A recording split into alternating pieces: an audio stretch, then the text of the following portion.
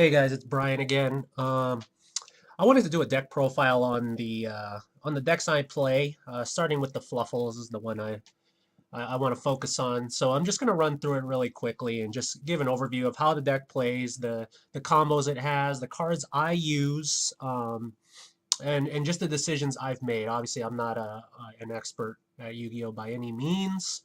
I've been to a couple tournaments in my life, but I'm not hardcore with that. I just don't have the time or the money. But Yu-Gi-Oh! Pro allows me to do and play Yu-Gi-Oh! At my own pace, so I enjoy it. But let me give you another caveat here is that since I tend to play online, that's not match mode, that's a single duel. So because of that, that's a different sort of style of Yu-Gi-Oh! In that you don't use a lot of you don't use your side deck at all. So a lot of these games can be a little bit more luck sacky and more luck influence than they tend to be in matches where you can side deck between matches and counter your opponents effectively. So yeah, it's a little bit different, but you get the idea. So I just want to dive straight into it. This deck is a little bit awkward in terms of how it's ordered, so I want to make it a little bit cleaner, but then I'll get to the points pretty quickly here. But basically, yeah, a quick overview is that Fluffals are a fusion deck. A really effective fusion deck. They have a ton of fusion cards. You can see already in the extra deck, there's already half the extra deck is fusion cards. I could probably go even deeper. You could probably make an entire extra deck of pure Frightfur Fusions in the extra. I mean, this is just how crazy they are in terms of fusions. But I've gotten to a point where I feel like the ratios that I have here are pretty consistent. So other than that, I mean, yeah, they're unique in that they basically just rely on polymerization. They're the old school, the one and only poly. You know, a lot of fusion decks of the recent type, like for example, if you think of Shadal's, which was a high tier meta deck that focused almost entirely on fusions as well, that dominated the meta a couple years back, 3 years ago, I think. And man, yeah, that one had a ton of great fusion cards that weren't polymerization. So this one really was a it really caught my eye because of the reliance on polymerization, which by itself is sort of not a very good card. But the other cards in the Fluffal deck sort of compensate for the loss of card advantage by giving you like draw power, search power, negation, the ability to destroy opponents' cards in equivalents and stuff like that. So, and also the Fluffals had existed for about 2 years now, and they've slowly been getting better and better. They weren't very good right off the bat. They were super inconsistent. They didn't have the power. They couldn't really compete. But I always had my eye on it because they always introduced like one or two Fluffals, excuse me, at key sections throughout the year. And yeah, and finally recently they came out with an incredible support. I mean, just a stunning support card that we'll get into. But I just want to go straight into the deck profile with the cards that I play. So let's do it. So I'm going to start off with Fluffal Dog. Fluffal Dog lets you search out any Fluffal or Edge Imp. And the reason that's important is I forgot to mention is that every Fluffal, or I'm sorry, every Frightfur Fusion monster in the Fluffal archetype requires not only a regular Fluffal monster, which are sort of stuffed animals, but then they also require an Edge Imp monster, which are basically some kind of like chopping utensil, either like a scissor or some kind of like axe or something like that. But it's a pretty cool and funny archetype. That's sort of goofy, but yeah, each one requires half of the formula here. You need the stuffed animal, and then you need the thing that cuts the stuffed animal into these sort of weird, freaky fusion animals. Which is why Fluffal Dog is one of the premier cards in the deck because it gets you either one of the Edge Imp, specifically the scissors, or any Fluffal monster.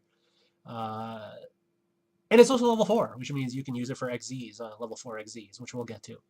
Next is the Fluffal Bear. Fluffal Bear is cool because you can discard him to get Toy Vendor, which is a really key spell card.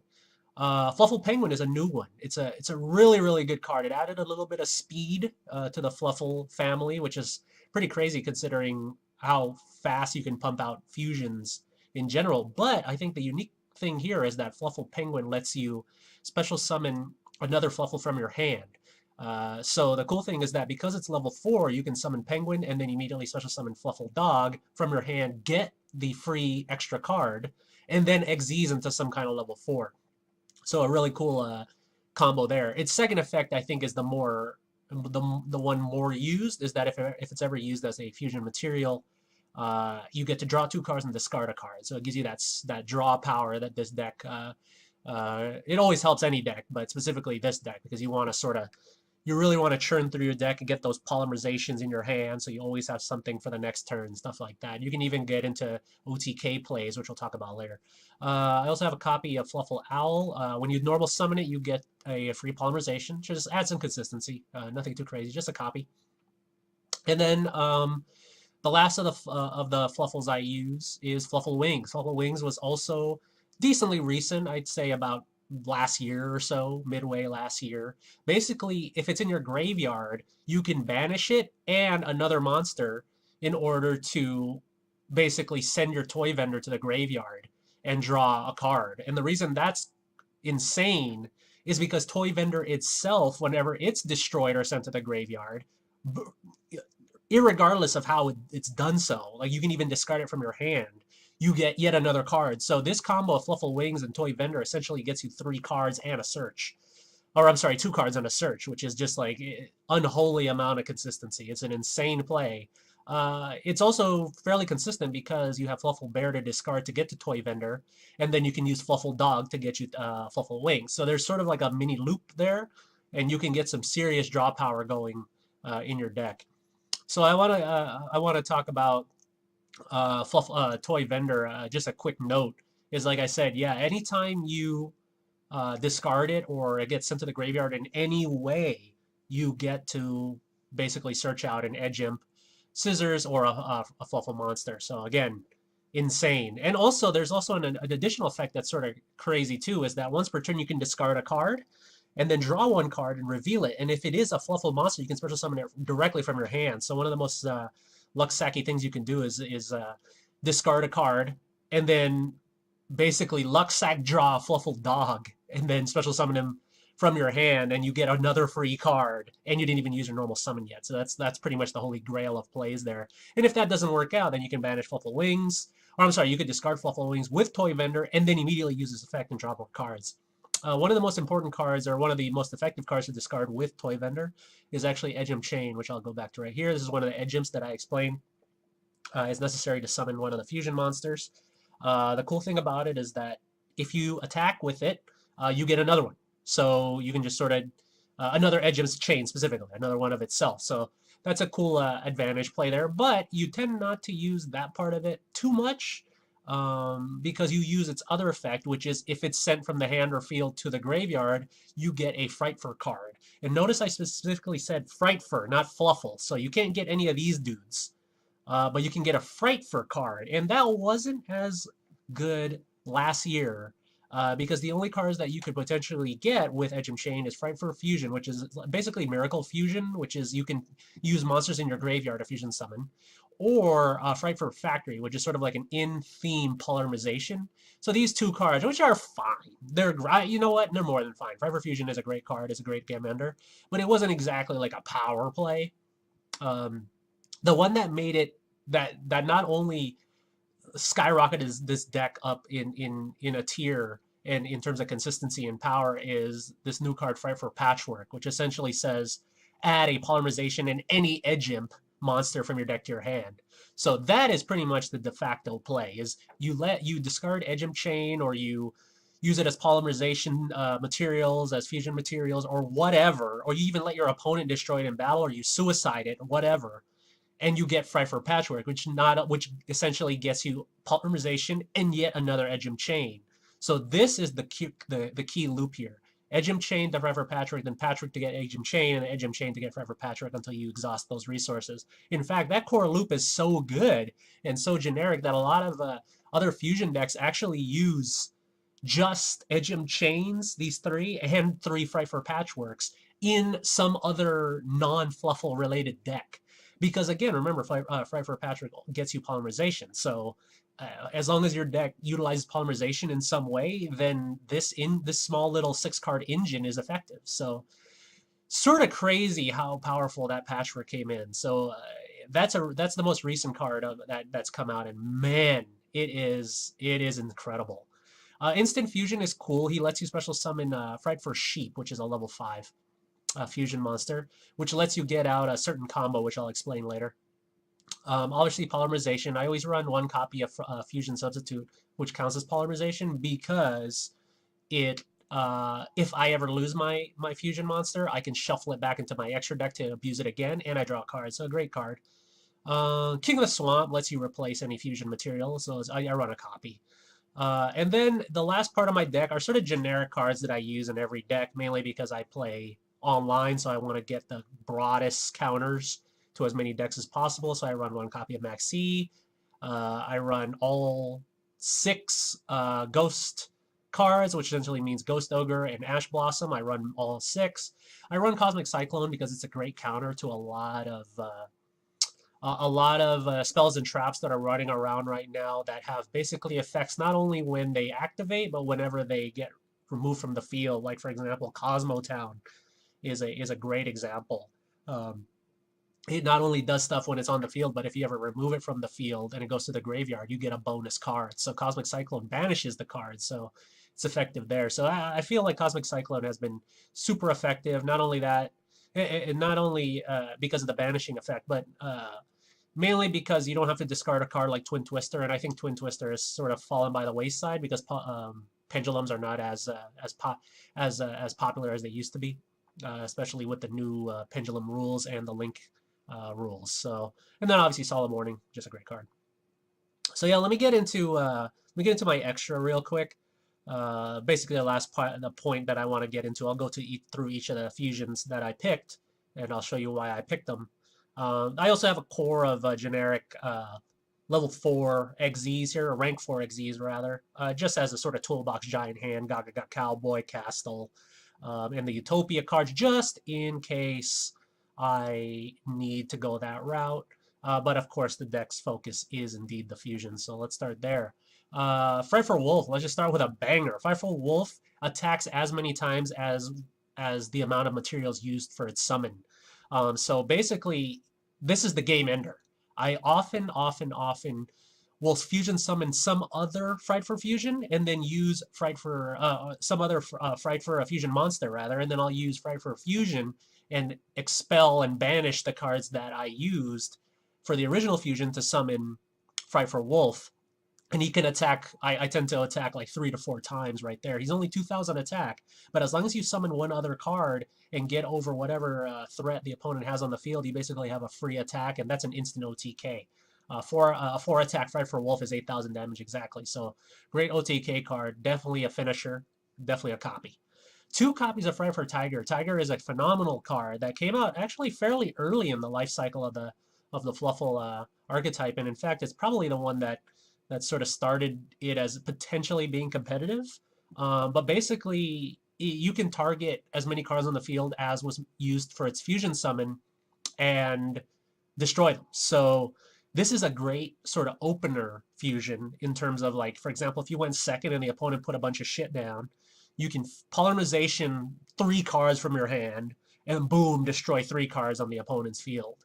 You know, and the other cool thing is that, like, for example, one of the cool combos that I tend to use is, for example, if you use Frightfur Tiger in conjunction with the new Fluffal Penguin, Fluffal Penguin lets you draw 2 cards and discard 1 card, but because they activate on the same timing here, you can actually choose which order you want to chain them in. So I always make Frightfur Tiger my chain link 1, and then Frightfur Penguin my chain link 2.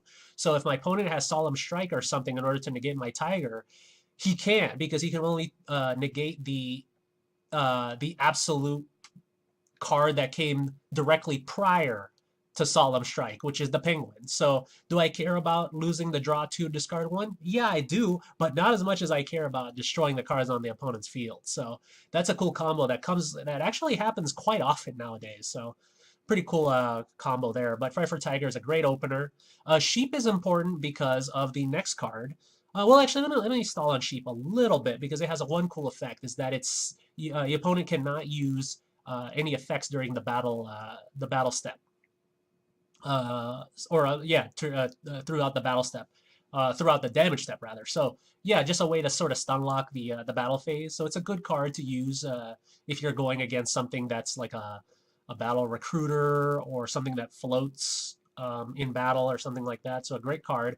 But its key play that I tend to use is I will instant fusion. I have a copy instant fusion to summon Frightfur Sheep. Then I immediately go into Saber-Tooth, Frightfur Saber-Tooth. And the reason this is a cool combo is that Frightfur Saber-Tooth will resurrect any card, any fusion monster in your graveyard. So if I use instant fusion to summon Frightfur Sheep, I can summon Frightfur Saber-Tooth and then resurrect the sheep I used for its summon. And now I have a Saber-Tooth that most likely has 2800 attack and a sheep that protects me during battle. So a really cool little loop there with sheep, Saber-Tooth, and instant fusion. But I also want to focus on Saber-Tooth because it's a really, really, really, really important card nowadays because of the new Link era and the rule set that basically restricts you to one extra deck summon on your field. And the reason Saber-Tooth is so good is because it resurrects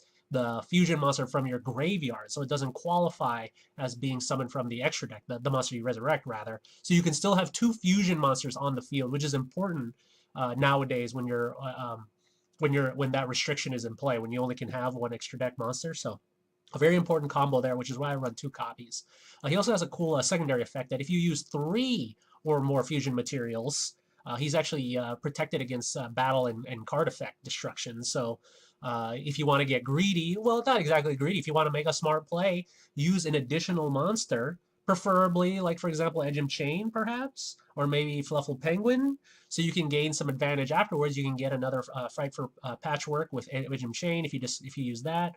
Fluffal Penguin gets you draw 2, discard 1, stuff like that. So if you make a smart play and you get them out with 3 materials, that's sort of a tough one. You can still be targeted, sure, but that's a decent play. A 2800 monster that can't be destroyed by battle or card effects. Nothing to sneeze at. So a great card. The last 2 are actually the newest, and I don't wanna skimp over this card right here. Frightfur Kraken, an incredible addition to the Fluffal's library of its stable rather of Frightfur fusions. And basically, it has 2200 attack, which is not the craziest, but it can banish any card, or rather send any monster on your opponent's control to the graveyard. Send it. So again, it dodges destruction effects. It still targets, but it sends monsters. So it's a great way to get past destruction immunities. So that's one great effect. But also its second effect is also pretty cool. It can attack twice. So it's 22, 22. That's 44. And the reason that's important is that with Saber-Tooth, Frightfur Saber-Tooth on the field, it actually gains. It actually gains. Was 800 attack, and because of that, if you have Saber-Tooth and Kraken on the field at the same time, that's exactly 8,000 points of damage. So that's an OTK as well. So you have multiple ways of OTKing with Saber-Tooth and Kraken, and also, of course, Frightful Wolf. So yeah, you can get some serious power on the field that can essentially just end the game right there. Another card that came out recently is Frightfur Daredevil, which is his effects aren't exactly super crazy. Basically, he can burn the opponent for 1,000 damage every turn. Not exactly insane, but pretty cool. But I also like him because he's also 3,000 attack. He's the highest attack point monster in the entire Fluffal archetype. So just a good monster just to throw out there if you need some high attack.